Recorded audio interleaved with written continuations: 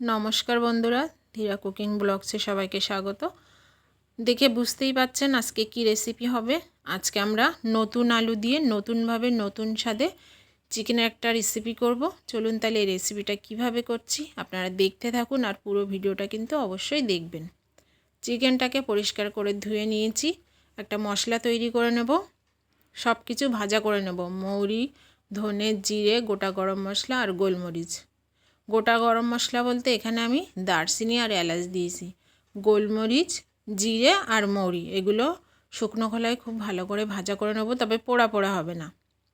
Just एकटू धोआ ओटा होलेई मशलाटा नामिए ठंडा करे तारपर गुঁড়ো करब। एकदम मिहि किन्तु करा जाबे ना, एकटू गोटा गोटा थाकबे। एदिके नतून आलू केटे धुए परिष्कार करे निয়েছি। पेঁয়াজ, रसुन और टमेटो लागबे।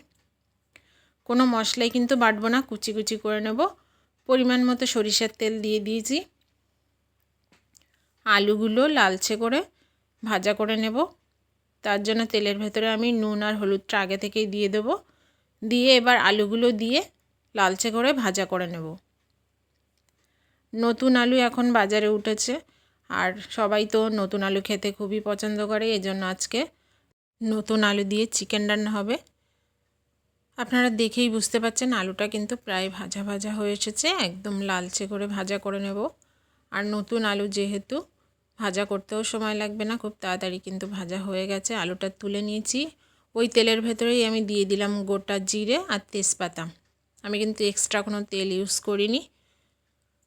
জিরে আর তেজপাতাটা খুব ভালো করে ভাজা ভাজা হয়ে গেছে।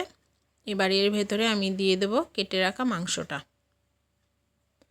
আমি কিন্তু আগে কোনো মশলা ভেজে নেব না, আগে চিকেনটাকে একটু ভাজা করে নেব, তারপরে একে একে সব মশলাগুলো দেব। এইভাবে আপনারা বাড়িতে রান্না করে দেখবেন, চিকেনটা খেতে একদম পুরো দেশি মুরগির মতো লাগবে, কোনো পোলট্রি বা ব্রয়লার মুরগির মতো কিন্তু লাগবে না। অনেকে পোলট্রি মুরগি বা ব্রয়লার মুরগি খেতে চান না, তারা এইভাবে চিকেনটা রান্না করবেন। কেউ বুঝতেই পারবেন না যে আপনি পোলট্রি মুরগি বা ব্রয়লার মুরগি খাচ্ছেন। একদম পুরো দেশি মুরগির স্বাদেই এই চিকেনটা খেতে পারবেন আপনারা। ঢেকে আমি 5 মিনিট রান্না করে নিয়েছি। দেখুন চিকেন থেকে কিন্তু অনেকটাই জল বেরিয়ে গেছে।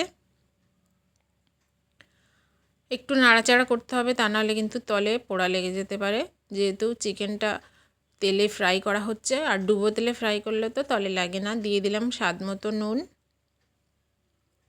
একে একে সব মশলা এখন আমি দিয়ে দেব। নুনটা দিয়ে একটু নাড়াচাড়া করে নিয়ে তারপরে আর অন্যান্য মশলাগুলো দিয়ে দেব। নুনটা দিলে চিকেন থেকে জলটা আরও বের হবে, এই জন্য নুনটা আগে দিয়ে একটু নাড়াচাড়া করে নিলাম। দেখুন কতটা জল বেরিয়েছে। এবার দিয়ে দিচ্ছি আদা বাটা। এখানে 2 চামচ আদা বাটা দিয়েছি, 2 চামচ জিরে বাটা, আর দিয়ে দেবো 3 থেকে 4 চামচ শুকনো লঙ্কা বাটা। এখানে কিন্তু লঙ্কা ঝাল কী পরিমাণে আছে তার উপর নির্ভর করবে। দিয়ে দিলাম পেঁয়াজ কুচি, রসুন কুচি আর টমেটো কুচি। একটু নাড়াচাড়া করে নিয়ে এর ভেতরে দিয়ে দেব আমি পরিমাণ মতো হলুদ গুঁড়ো। সব মশলা কিন্তু আমার প্রায় এখানে দেওয়া হয়ে গেছে। এবার আমি খুন্তি দিয়ে নাড়াচাড়া করে ঢেকে আরও কিছুক্ষণ রান্না করব। আর এর থেকে কিন্তু আরও অনেকটাই জল বেরোবে। আমি কিন্তু এখানে এখন কোনো জল ইউজ করব না। মাংসটা মশলার সঙ্গে খুব ভালো করে কষিয়ে নিতে হবে। দেখুন বন্ধুরা, এবার আমরা ঢেকে রান্না করব। মশলাটা 10 মিনিট কষিয়ে নেব মাংসের সঙ্গে। মশলাটা কিন্তু মাংসের সঙ্গে অনেকটাই গলে গেছে, দেখেই বুঝতে পাচ্ছেন। আর এখন কিন্তু একটু ঘন ঘন নাড়াচাড়া করতে হবে, কারণ যেহেতু জলটা শুকিয়ে আসছে আর মশলা কিন্তু তলে পোড়া লেগে যেতে পারে।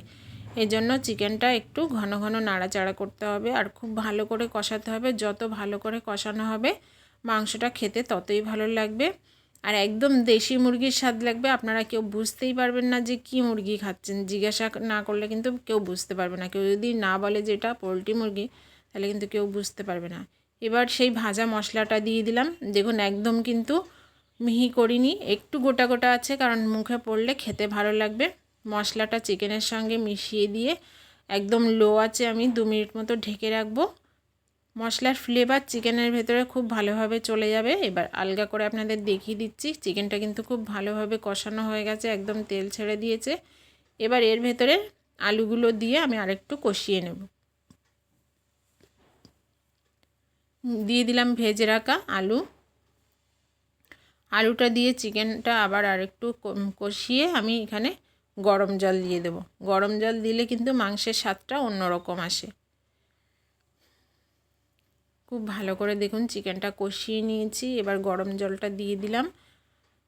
আপনারা গরম জলটা দেওয়ার চেষ্টা করবেন, তাহলে চিকেনের স্বাদটা কিন্তু সুন্দর আসবে। আর যেহেতু মশলাটা দিয়েছি কিন্তু অন্যরকম মশলা, সবই ভাজা মশলা, জিরে, মৌরি, গোটা গোলমরিচ, এলাচ আর দারচিনি।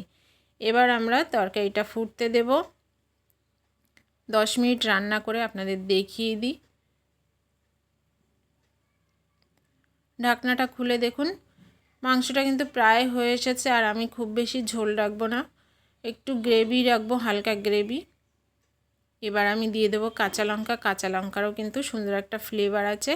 কাঁচা লঙ্কাটা দিয়ে ঢেকে আমি মিডিয়াম আঁচে 5 মিনিট রান্না করে নেব। 5 মিনিট পরে আপনাদের আবারও দেখিয়ে দিচ্ছি, মাংস কিন্তু হয়ে এসেছে। মাংস নামানোর পরে ঝোল অনেকটাই টেনে যাবে। এবার আমি হালকা ঝোল রেখেই নামিয়ে দেব। নামানোর আগে দিয়ে দেবো একটু গরম মশলার গুঁড়ো। গরম মশলার গুঁড়ো দিয়ে একদম লো আছে ঢেকে রাখবো 2 মিনিট মতো, তাহলে গরম মশলার গন্ধটাও সুন্দরভাবে ছড়িয়ে যাবে। তাহলে বন্ধুরা চিকেনটা কিন্তু একদম রেডি হয়ে গেছে।